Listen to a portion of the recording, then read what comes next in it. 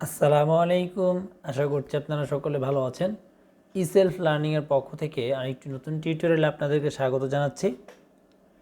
দীর্ঘদিন পর আমরা আবার নতুন ভিডিও নিয়ে আপনাদের সাথে উপস্থিত হয়েছি।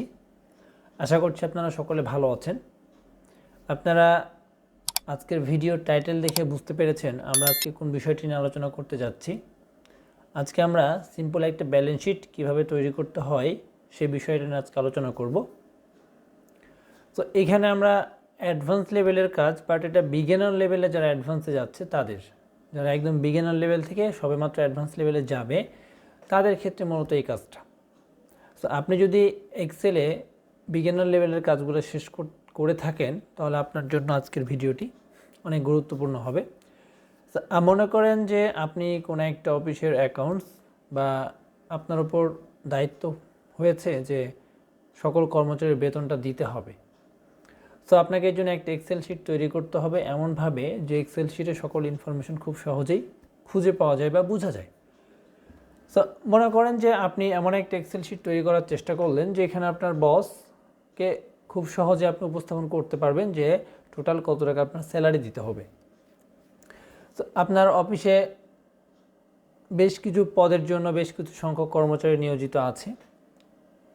এখন আপনি তাদেরকে আইডেন্টিফাই করলেন যে এই পদের জন্য কর্মচারী এই কয়জন, তাদের বেতন এইরকম, এই পদের জন্য কর্মচারী এই কয়জন, তাদের বেতন এইরকম। এইভাবে আপনি ভাগ করলেন। সো আপনি যদি এখন ভাগ করেন, আপনি বসকে যদি প্রত্যেকটা পার্ট বাই পার্ট দেখাতে যান এক্ষেত্রে অনেক সময়ের অপচয় হবে। সো আপনাকে এমন একটা শর্ট লিস্ট তৈরি করতে হবে যেটার মাধ্যমে বস খুব সহজে দেখলে বুঝতে পারে যে এখানে আমি কত টাকা আমার কর্মচারীদেরকে বেতন দিচ্ছি।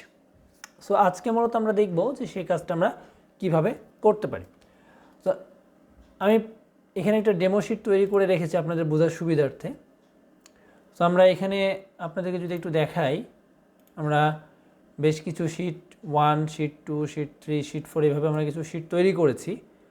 সো শিট 1টা হচ্ছে একটা ব্যালেন্স শিটের সামারি, যেখানে আমি আমার বসকে খুব সহজেই বোঝাতে পারবো যে আসলে আমি টোটাল কত টাকা ব্যালেন্স শিট তৈরি করেছি।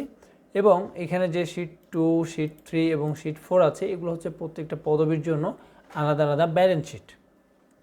ওকে, তাহলে আমরা এবার শিট 1, শিট 2, শিট 3 এই বিষয়গুলো নিয়ে আলোচনা করি। শিট 1-এ আমরা টোটাল একটা সামারি উপস্থাপন করব। শিট 2-তে হচ্ছে যে আপনার কোনো একটা নির্দিষ্ট পদের জন্য যে কয়জন সংখ্যক কর্মচারী আছে তাদের নাম এবং তাদের স্যালারি, মান্থলি স্যালারি।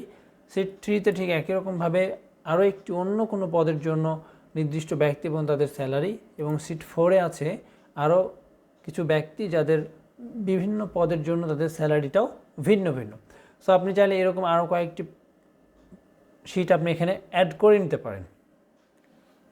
সো আমরা আপাতত মূলত আজকে এই 2, 3 এবং 4 তিনটা শিট নিয়ে কাজ করব।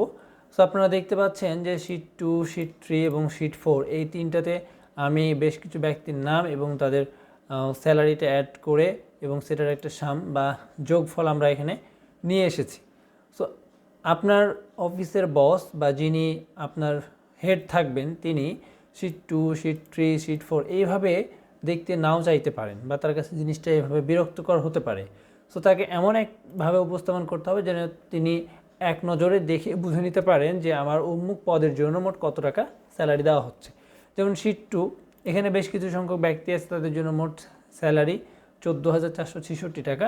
সো এখানে শিট 2-তে 14,466 টাকা, শিট 3-তে 26,466 টাকা, শিট 4-এ 1,17,166 টাকা এরকম একটা ব্যালেন্স শিট তৈরি করা হয়েছে।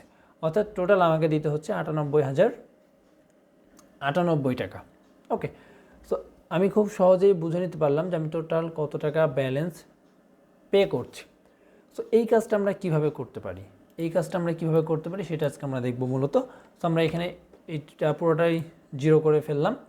সো আমরা এখানে শিট 2, শিট 3 এবং শিট 4 আমরা এখানে রেডি করে রেখেছি প্রত্যেকটা মানুষের ব্যক্তির নাম। তো এটাকে আমরা ফ্রন্ট পেজে কীভাবে নিয়ে আসবো সেটা মূলত আজকে আমরা দেখব। সো আমরা শিট 2, এই শিট 2 এর যে টোটাল অ্যামাউন্ট অর্থাৎ 14,466 টাকা, এইটা আমরা শিট 1-এর সাথে লিঙ্ক আপ করে দেব। অর্থাৎ আমরা যদি শিট 2-তে কোনো মডিফাই করি বা কাস্টমাইজ করি, শিট 1এও ঠিক একই রকমভাবে সেই জায়গাটা চেঞ্জ হবে, সেটা আমরা মূলত আজকে দেখব। সো আমরা এখন শিট 2 এর সাথে কীভাবে লিঙ্ক আপ করতে পারি, সেই লিঙ্ক আপ করার মাধ্যমটা হচ্ছে এরকম যে আমরা এইখানে ইকুয়াল দিয়ে সাম লিখব, ইকুয়াল দিয়ে সাম লিখলাম, সাম লিখার পর আমরা ফার্স্ট ব্র্যাকেট দিব, ফার্স্ট ব্র্যাকেট দেওয়ার পর এবার আমাদেরকে লিঙ্ক আপ করতে হবে। সেই লিঙ্ক আপ করার মাধ্যমটা কি, লিঙ্ক আপ যদি করতে হয় তাহলে আমাদেরকে এবার এই অবস্থাতে অর্থাৎ ইকুয়াল সাম ফার্স্ট ব্র্যাকেট, তারপর আমাদেরকে যেতে হবে শিট 2তে। শিট 2তে যাওয়ার পরে এবার আমরা যে ব্যালেন্সটুকু আছে সেই ব্যালেন্সটুকুকে আমরা সিলেক্ট করে দেব, রাইট। আপনারা সকলে দেখতে পাচ্ছেন আমি ব্যালেন্সটুকু অর্থাৎ 1 নম্বর কর্মচারী থেকে 12 নম্বর কর্মচারী পর্যন্ত যে স্যালারিটা আমরা পে করব সেটা আমরা সিলেক্ট করে দিয়েছি। ওকে, ঠিক এই অবস্থায় আমরা ব্র্যাকেটটাকে ক্লোজ করব। ব্র্যাকেটটাকে ক্লোজ করার পর আমরা একটা ইন্টার দেব।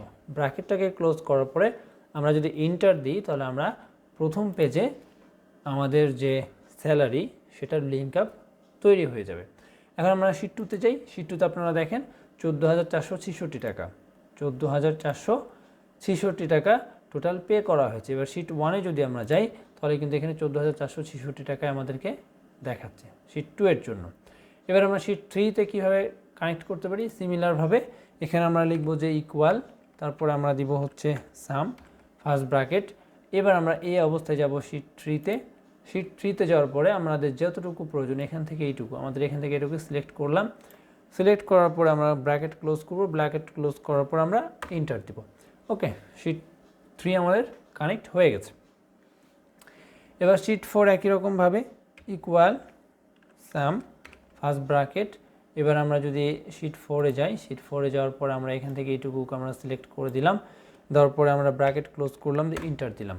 ওকে, তাহলে আমাদের টোটাল 3টা যে শিট ছিল সেই 3টা ব্যালেন্স শিট এখানে অ্যাড হয়ে গেল। এবার আমরা দেখব যে আসলে মডিফাই করলে কোনো কাজ করে কিনা, অর্থাৎ কারো বেতন কম বেশি হলে আমাদের এই শিটটাতে কোনো চেঞ্জ হয় কিনা। ওকে, তাহলে প্রথম শিট 2-তে আমরা দেখছি 14,466 টাকা। সো আমরা এখন শিট 2-তে যাব। শিট 2-তে যাওয়ার পরে কোনো একজনের ব্যক্তির বেতন আমরা কম বেশি করব। তাহলে 14,466 টাকা এখানে আমরা লিখে রাখি যে তার বেতন ছিল 1203 এবং সেটা ছিল 14,466 টাকা। সো এবার 1203 টাকা থেকে আমরা করে দেবো এটাকে 2203 টাকা, অর্থাৎ আমরা 1000 টাকা বাড়িয়ে দিচ্ছি। এখন আমরা দেখব যে আসলে মূল বেতনটা 1000 টাকা বাড়ে কিনা। ওকে, তাহলে আমাদের এখানে 15,466 টাকা হয়েছে। এবার আমরা শিট 1-এ যাই। শিট 1-এ যাওয়ার পর আমরা একটু খেয়াল করব যে আমাদের এখানে চেঞ্জ হয়েছে কিনা, 15,466 টাকা। ওকে, শিট 3-তে ছিল 26,466 টাকা। এবার আমরা এটাকে কমিয়ে দেখার চেষ্টা করব আসলে এটা কমে যায় কিনা। সো আমরা এখান থেকে এখানে যদি করি 2205 টাকা ছিল, এখান থেকে আমরা যদি আরও 1000 টাকা কমিয়ে দিই তাহলে 1205 টাকা হবে। এবার আমরা দেখব যে মূল জায়গায় কমে যায় কিনা। ওকে, শিট 1, তাহলে আমরা এখানে দেখেছিলাম 26,466 টাকা ছিল, এখন 25,466 টাকা। অর্থাৎ আমাদের যতগুলা শিট থাকবে প্রত্যেকটা শিট আমরা এখানে লিঙ্ক আপ করে ফেলতে পারবো। ওকে, আশা করা যে আপনারা আজকে টিউটোরিয়ালটি খুব ভালোভাবে বুঝতে পেরেছেন।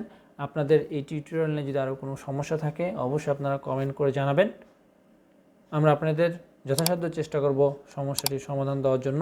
ধন্যবাদ, সকলে ভালো থাকবেন। আসসালামু আলাইকুম ওয়া রাহমাতুল্লাহি ওয়া বারাকাতুহু।